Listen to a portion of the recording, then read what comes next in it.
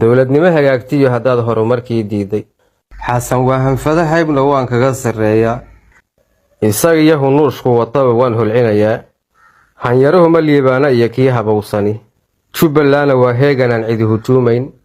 horgal hooyadii inay gablabi humatin weeyaan, iyagoon hub weyn sidan kuwa hadda lagu qaaday.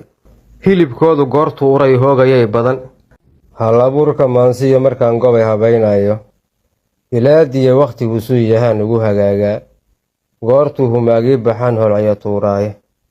iskamana hadaaqee runtan kaga higsiiyaa, caawana habboonaatay oo curatay hoobaan. guushii baan haleeliya wixii loo hamuun qabay. axmed hanay kursiga reer jubbana way hawadiyeen, halgankuu u galay bay codkana ugu hibeeyeen. hayaraaca liitiya hanfade hadaf xun mooyaane, qof hagaagsan wuu garan wuxuu hiil u soo galay. waana loo hanweyn yahay inuu hawsha sii wade. hambalyaannu leenahay kun jeer waa halyay qaran.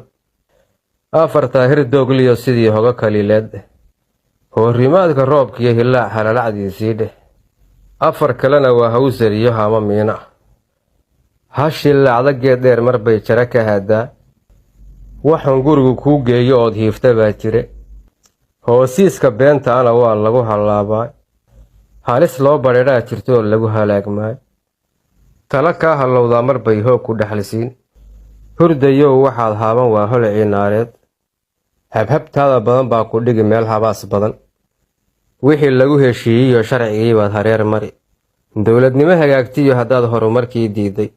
xasan waa hanfada haybna waan kaga sarreeyaa, isaga iyo hunuushku wataba waan holcinayaa. hanyaruhuma liibaana iyo kii habowsani, jubbalandna waa heeganaan cidi hujuumayn.